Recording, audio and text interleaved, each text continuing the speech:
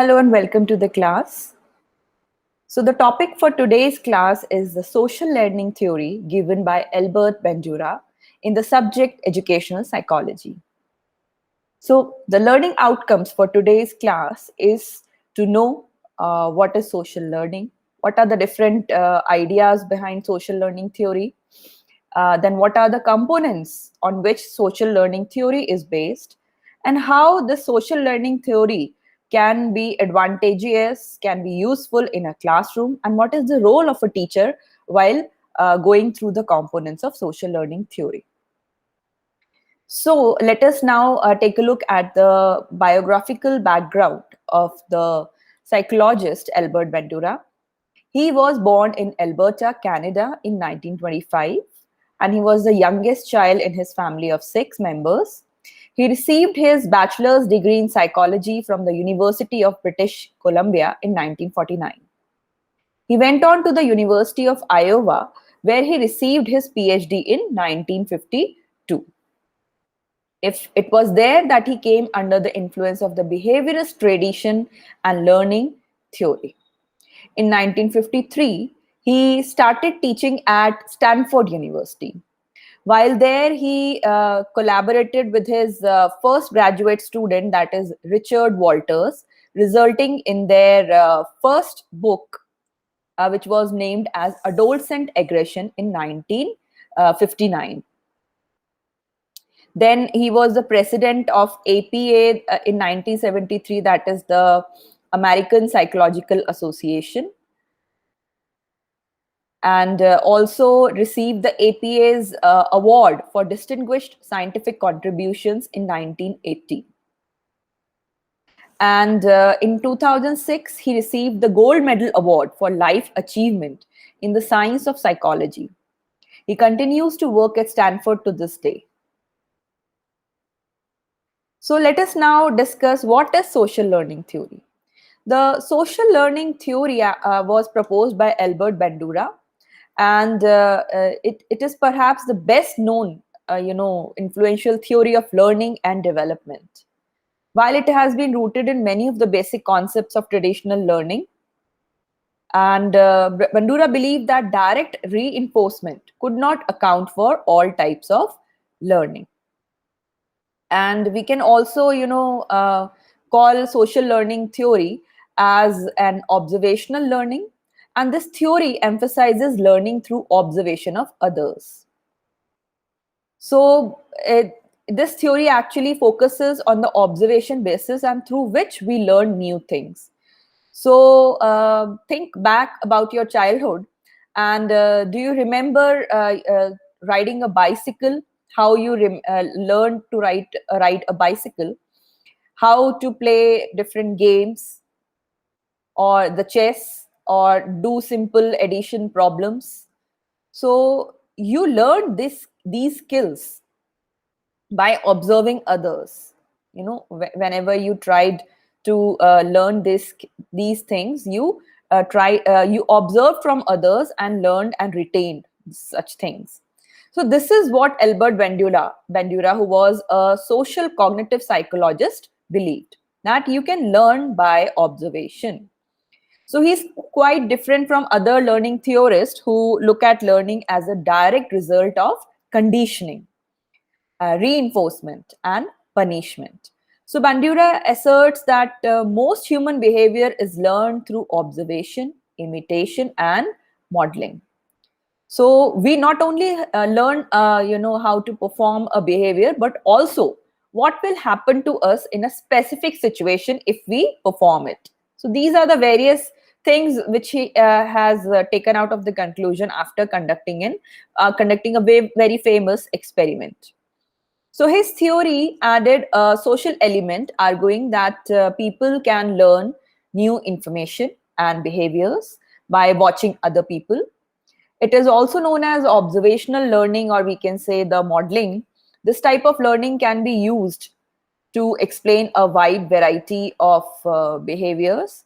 Bandura's theory claims that children will identify and mirror the behavior of any other person.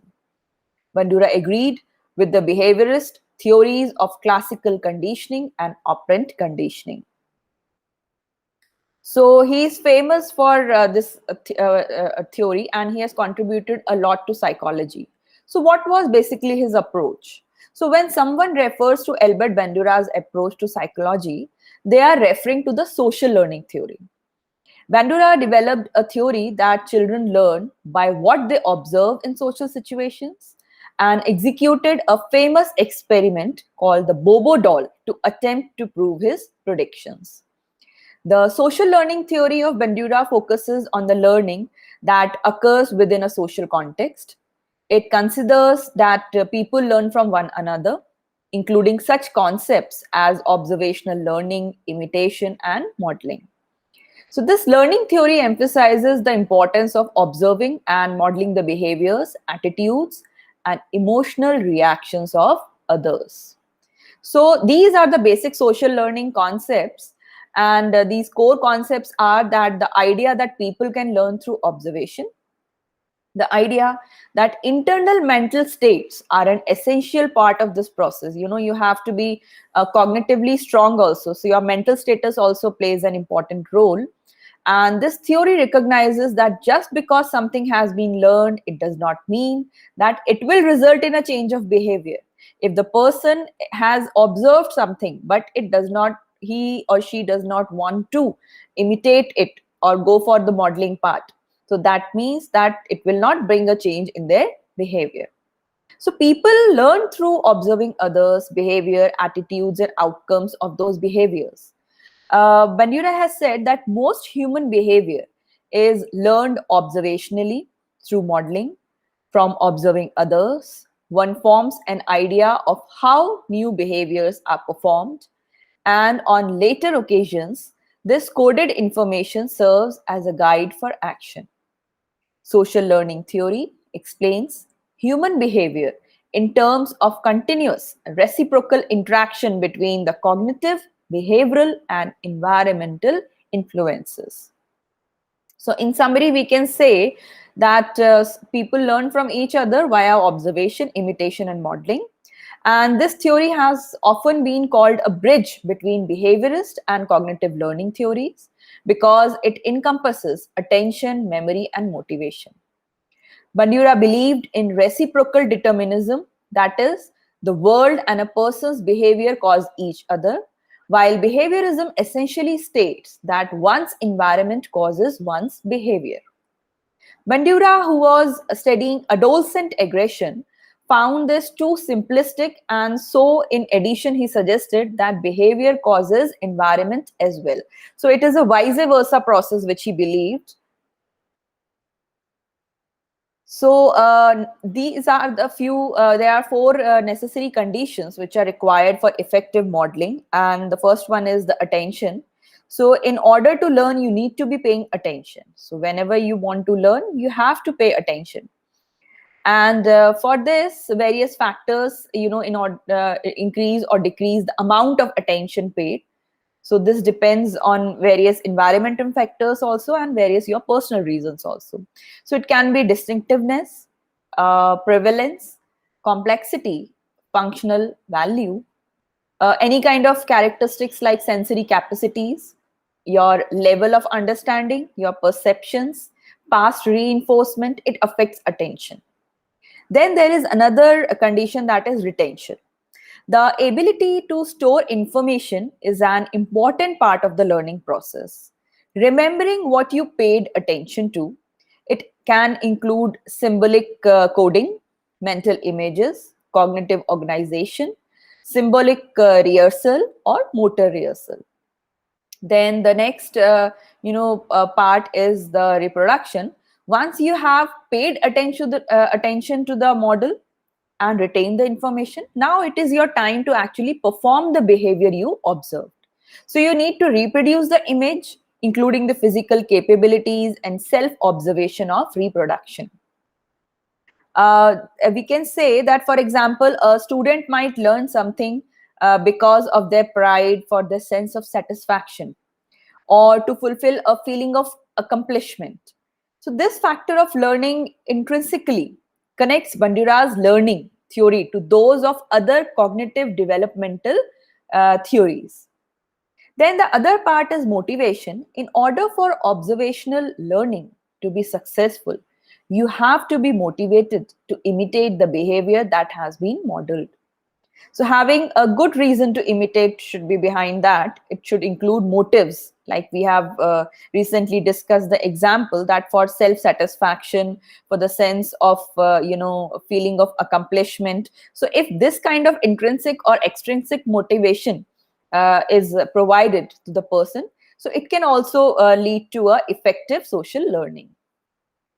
So learning through observation has different processes like attentional processes, retention processes, motor production processes, or motivational processes. So it does not mean that it should be permanent change in the behavior. It can be temporary also. So these are the photographs of the experiment which was carried out by Albert Bandura and his colleagues. So it is known as the Bobo doll study, and it is the most influential experiment. Albert Bandura and his colleagues were able to demonstrate one of the ways in which children learn aggression. The experiment involved exposing children to different adult models, an aggressive model and a non-aggressive one. So after witnessing the adult's behavior, the children would then be placed in a room without the model and were observed to see if they would imitate the behavior they had witnessed earlier. So this was the method which was adopted by Bandura and his colleagues. The participants for the experiment were 36 boys and 36 girls enrolled at the Stanford University Nursery School. The children ranged in age between 3 and almost 6 years, and the average participant age was 4 years, 4 months. So there were a total of 8 experimental groups. So out of these, there were, 24 participants who were under the controlled group. They were not, shown any kind of props. The rest of the children were then divided into 2 groups of 24 participants each. So one of the experimental groups was then exposed to aggressive models, while the other 24 children were exposed to the non-aggressive models. So finally, these groups were again, divided on the basis of boys and girls. So each of these groups had half of the participants were exposed to the same sex adult model, and other half was exposed to an opposite sex adult model. So before conducting the experiment, Bandura also assessed the children's existing levels of aggression, and based on that average level of aggression, he matched his group. So now what the results came, children who were exposed to the violent model tended to imitate the exact behavior they had observed when the adult was no longer present. Bandura and his colleagues had also predicted that children in the non-aggressive group would behave less aggressively than those in the control group. The researchers were also correct in their prediction that boys would behave more aggressively than girls. Boys engaged in more than twice as many acts of aggression than the girls. So there were certain, results which were differentiated for boys and girls. And interestingly, the experimenters found in the same-sex aggressive groups, boys were more likely to imitate physical acts of violence, while girls were more likely to imitate verbal aggression. So in conclusion, we can say that the experiment demonstrates how specific behaviors can be learned through observation and imitation. And later, Bandura conducted a follow-up study in 1965, and he found out that children were more likely to imitate aggressive behavior if the adult model was rewarded for his or her actions. So they were far less likely to imitate if they saw the adult model being punished or reprimanded for their hostile behavior. So they learned that if the model which has been presented before the children is being punished, that this behavior is not correct and for which he is being punished, so children seem to observe it and they less likely to imitate that kind of behavior. But yes, Bandura found out that various television commercials and videos which contains violent scenes have supported this theory of modeling. And Albert Bandura believed that television was, nowadays we can say that the internet is also a source of behavior modeling. So Albert Bandura's name has become synonymous with the Bobo doll experiment, which took place in 1961. So to prove that children reproduce behavior they observed, Bandura set up an experiment and made the following predictions about it. So he predicted that if children observed an adult acting aggressively, they would emulate the behavior even when the aggressive adult wasn't present. He also predicted that children who observed non-aggressive adults would be less aggressive than those who observed aggressive models. Along these lines, he theorized that the non-aggressive group would also be less aggressive than the control group. Children would be more inclined to imitate someone of their same gender, and he surmised that boys would act with more aggression than girls. So actually, this experiment proved 3 of his 4 predictions were correct, and children who were exposed to violent models imitated the exact behavior even when the adult wasn't present. And boys that had an opposite gender model who was non-aggressive were more likely to engage in violence.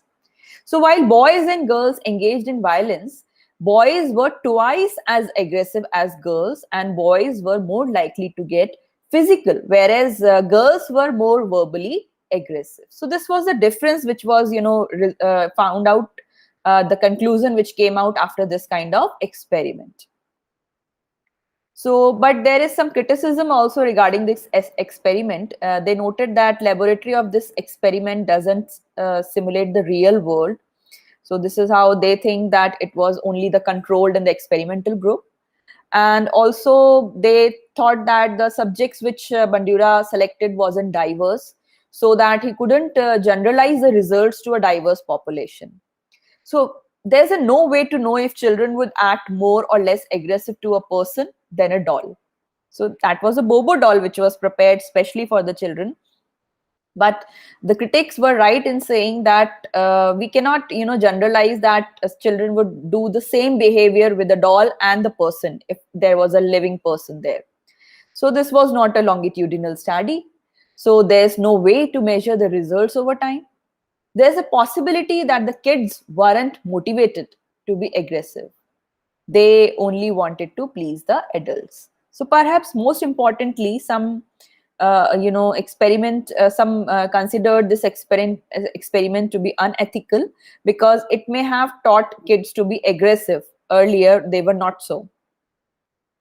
So this is how learning through observation goes on. And Bandura, the major factors that influenced modeling was, the influence was more by those who are similar to ourselves, simple actions and aggressive actions. And what was the attributes of the observer? They earlier had low self-esteem, they had different dependent personality types, and they are motivated individuals. So he has talked about the self-efficacy also. So what are the general principles of social learning which Bandura thought of? So these were the outcomes, and he said that, when the children were later allowed to play in a room with the doll, they began to imitate the aggressive actions they had previously observed. So Bandura identified 3 basic models of observation learning: a live model, a verbal instructional model, a symbolic model. A live model which involves an actual individual demonstrating or acting out a behavior. A verbal instructional model which involves descriptions and explanations of a behavior. A symbolic model which involves real or fictional characters displaying behaviors in books, films, television programs, or online media. So learning can occur without a change in behavior. Behaviorists say that learning has to be represented by a permanent change in behavior. In contrast, social learning theorists say that because people can learn through observation alone, their learning may not necessarily be shown in their performance. So this is not necessary that they need to behave in that way what they have learned. So learning may or may not result in a behavior change. Now, the cognitive activity also plays a role in learning. Over the last 30 years, social learning theory has become increasingly cognitive in its interpretation of human learning. Awareness and expectations of future reinforcements or punishments can have a major effect on the behaviors that people exhibit. So, social learning theory can be considered a bridge or a transition between the behaviorist learning theories and cognitive learning theories. Now, he talked about the forms of reinforcement also. So, first of all, he talked about the direct reinforcement, which is given directly to the subject. Then there is vicarious reinforcement. The observer may simply see others enforced for a particular behavior, then increase his or her production of that behavior. So this sometimes of this kind of reinforcement is given by the teachers in the class, in which sometimes you appreciate some student, and you tell other students also in the class that, see, you need to follow his or her example, how beautifully this work has been done, how effectively or how neatly this work has been done. So some kind of you can give them some kind of prize or award or reward, and by following this kind of reinforcement, automatically will be enforced on the minds of other students in the class, and they will also try to increase their performance, so that they can also get that reward in return. So this is the vicarious reinforcement. Then there is self-reinforcement, or controlling your own reinforcers. So that means the self-reinforcement, which is done individually. So this reinforcement is important for both students and teachers. So we want our students to improve, not because it leads to external rewards, but because the students value the self-achievement, enjoy their competence, their growing competence. So these were the types of reinforcement which were given by Bandura in 1977. That is the extrinsic reinforcement, intrinsic reinforcement, the inner motivation, the vicarious reinforcement, the self-reinforcement. These we have discussed earlier. So in 1991, he again said that human behavior is motivated by self-regulation, that is self-monitoring, self-judgment, or affective self-reaction. So let us now see in detail about the vicarious reinforcement. So in addition to observing others' behavior and imitating it, children take into account whether someone else's behavior gets rewarded or punished. Then only they will try to copy the behavior. So which is called vicarious reinforcement. For example, if a child sees a sibling or friend getting rewarded or reinforced for a particular behavior, they are likely to repeat the behavior.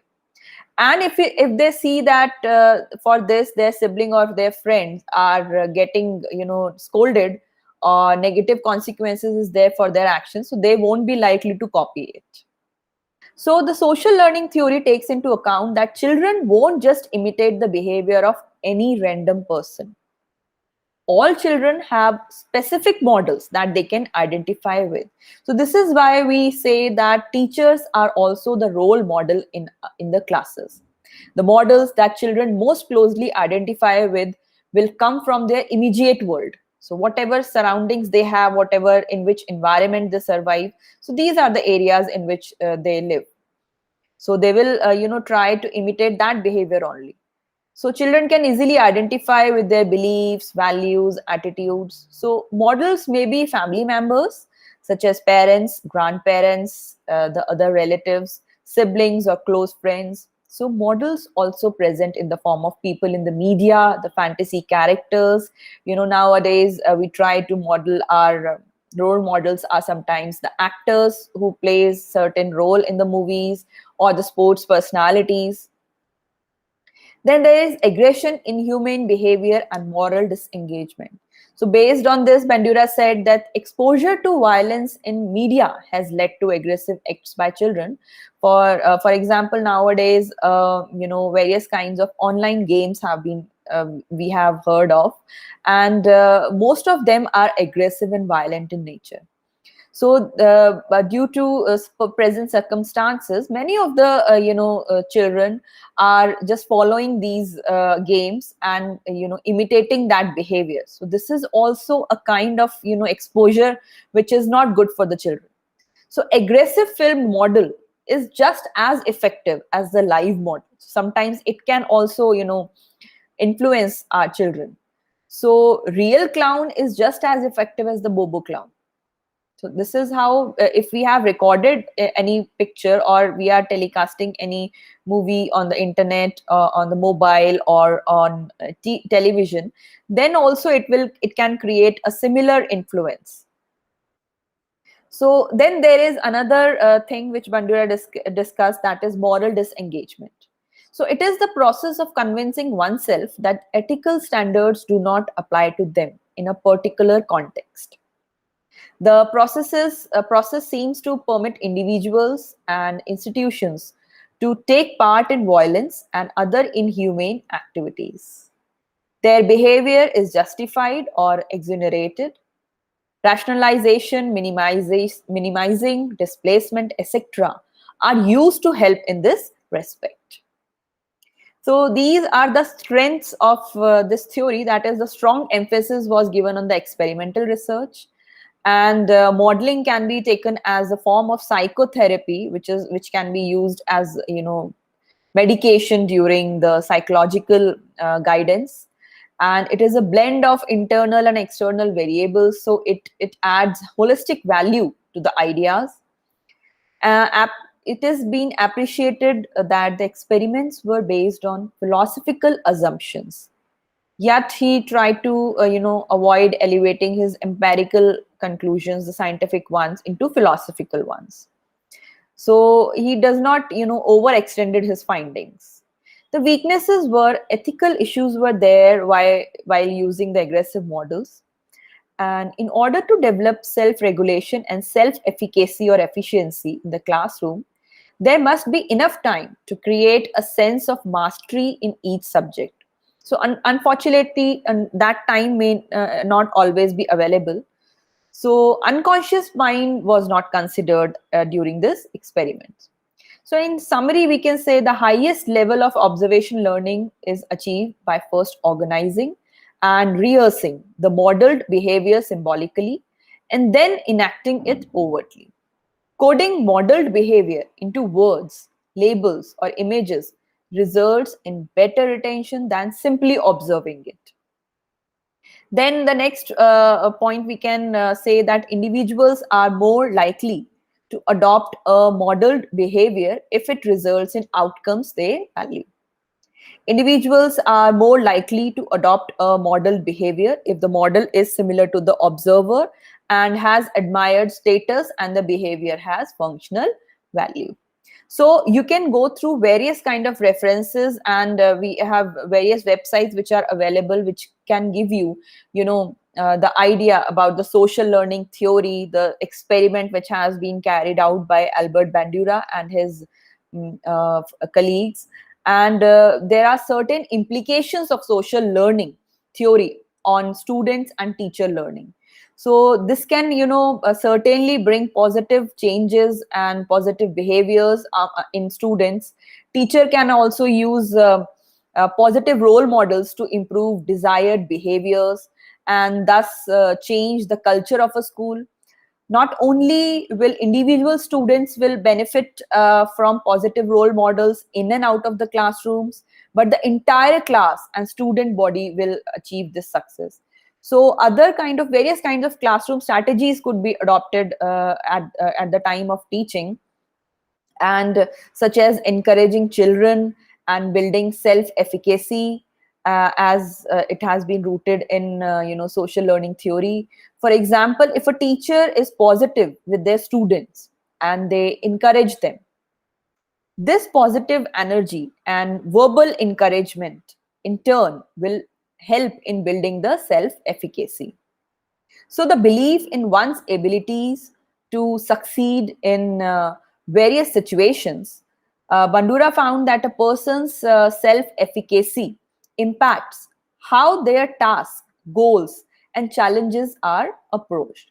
So those individuals who have strong self-efficacy view challenges as tasks to master, develop deep interest in the activities they participate in. They form a strong sense of commitment to the activities and take interest, and immediately bounce back from disappointments and setbacks easily. However, those with a weaker sense of self efficacy tend to avoid challenges, think difficult tasks and situations, and which are beyond their abilities sometimes. So they can think negatively about their failures and outcomes, and lose confidence while using those abilities. So Bandura furthermore states that learning every single thing from personal experience is hard and could be potentially dangerous. He claims that much of a person's life is rooted in social experiences. So, thus, observing others is naturally, advantageous to gaining new knowledge, new skills. And in a classroom, teacher is the role model for the students. From them they try to grasp the new knowledge or learn the new skills. So in conclusion, we can say observation plays a very powerful role in learning, and it not only helps teach students but helps them to successfully understand, retain, and apply their learning to their lives, so that they can learn and achieve even more. So, for this, we should thank Albert Bandura for this kind of contribution in the field of psychology. And let's now move on to our next section, that is evaluation questions. So, question number one is, who discovered that people can learn new information and behaviors by watching other people, known as social learning theory? And the options are Erik Erikson, Albert Bandura, Jean Piaget, or Abraham Maslow. So the correct answer here is Albert Bandura, and he was the one who discovered that new knowledge and set of skills can be learned just by observing or watching other people. And he gave this theory name as social learning theory or observational theory. Then the next question is, in order for observational learning to occur, the observer must pay attention to the occurring behavior, be able to remember observed behavior, and be motivated to produce the behavior. So which of the following is missing from the above list? Now we can look at the options, that is recognize the behavior, describe the behavior, ignore the behavior, or replicate the behavior. Replicate means doing in the same way. So the correct answer is replicate the behavior. So if we want, observational learning to occur, so the observer who is observing must pay attention to the behavior which is occurring. He should be able to remember. So that means he should pay attention. He should be able to retain that and be able to reproduce or motivate. So they cannot just recognize what is going on because they are not such mature people. They cannot describe, they cannot ignore, but they need to replicate the behavior. They need to reproduce the behavior. So these are the effective ways in which observational learning can be done. The next question is, which of the following is not one of the four elements of observational learning? The options are attention, retention, defiance, or motivation or reinforcement. And the element which is not the part of this effective theory, that is defiance. So attention is important, retention of the knowledge is important, motivation is there, reinforcement is there, and the reproduction of the knowledge is there. Then the next question is, modeling, rewards, reinforcements, and promoting self-efficacy are all ways to apply social learning theory in which environment? The options are classroom, daycare, friend's house, or home. The correct answer is classroom. So these kinds of modeling, rewards, reinforcements, or promoting your self motivation, self efficacy, so this need to be implemented in a classroom, not in a daycare, not in any friend's house, not in home, but we need this with our students in our classrooms.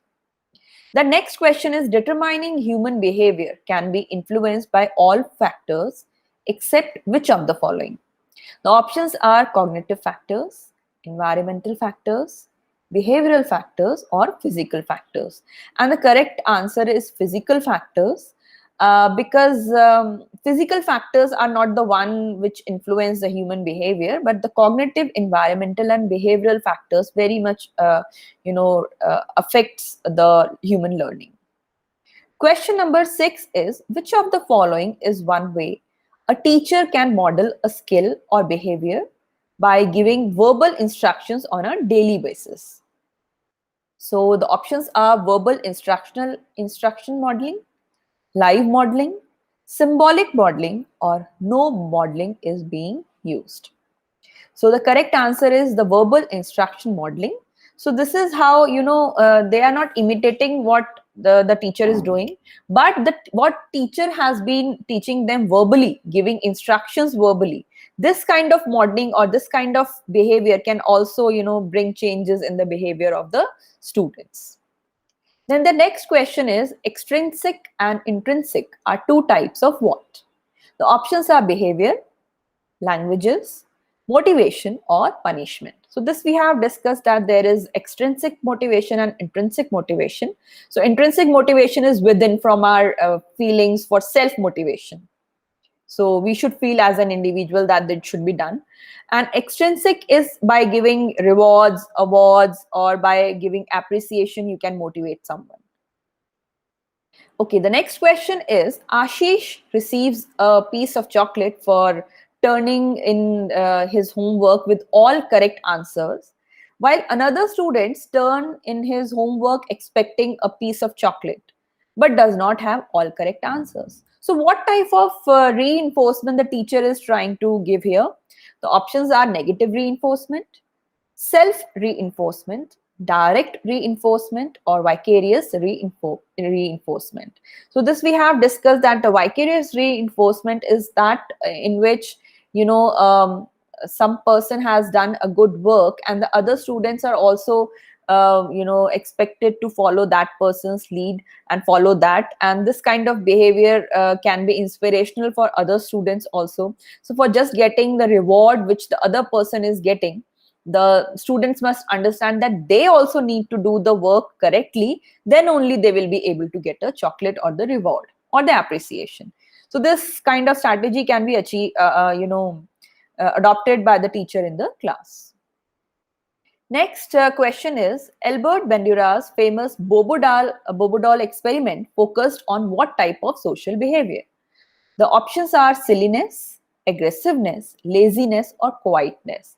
So this we have discussed that this kind of experiment was carried out by Albert Bandura for finding out the aggressiveness among the adolescents. Next question is, the three types of observational learning except effects include all of the following except options are inhibition, disinhibition, mimicking, or facilitation. So these three types of observational learning, the options, mimicking is not correct because you need the student will not need not to be mimic the certain thing which they have observed. They try to adopt which is right for them, which they think this is good for them. So the correct answer, the wrong one which is not correct is mimicking. So with this, we have completed today's topic, and we have learned that Albert Bandura had agreed with behaviorist learning theories of classical conditioning and operant conditioning. However, he adds two important ideas. Mediating processes occur between stimuli and responses, and behavior is learned from the environment through the process of observational learning. So this is how he tried to, tell the people that in society children are surrounded by many influential models, such as parents within the family or the characters on the TV, friends within their peer groups, and teachers at school. So these models provide examples of behavior to observe and imitate. Example, the antisocial elements, we can say, the feminine way of living, the masculine way of living. This need to be done by the girls, this work need to be done by the boys. So this is how they are observing while watching them on the television, or by looking them into the books, or someone is treating the other person like that. So children pay attention to some of those people, or the models, we can say, to encode their behavior. They observe that how the other person is behaving, and at a later time they may imitate. That is, they can copy the behavior they have observed. So they may do this regardless of whether the behavior is gender appropriate. They do not know that. They are not aware of that. So, but there are a number of processes that make it more likely that child will reproduce the behavior that the society deems appropriate for its gender. So first, the child is more likely to attend to and imitate those people it perceives as similar to itself. So they will try to imitate the people only they want to. So consequently, it is more likely to imitate behavior modeled by people of the same gender. Like a girl wants to dress up like her mother or her teacher, wants to do makeup like her mother or her teacher, so wants to look beautiful like them. So this is how they observe on a daily basis, that whenever we go out, we do certain kinds of things, we try to look good. What activities are taking place, done by the mother. So this is how the student can, her daughter can find out and try to imitate. So if there is any kind of punishment to it, if they find out that this is not correct, so maybe they will not imitate it. So consequences sometimes can be rewarding, and sometimes it can be punishment also. So this is how the social learning theory, a very important theory, was given by Albert Bandura in the field of educational psychology. And with this, we come to the end of the topic. And I hope you will go through the theory and find out more about this theory, that how social learning theory can be used in our classes, and as a teacher, how we can produce some ideal actions before our students, and ideal events before our students, so that they can copy them, and we can give good reinforcement to them. So with this, I end the class. Thank you very much, and we will now meet in the next class.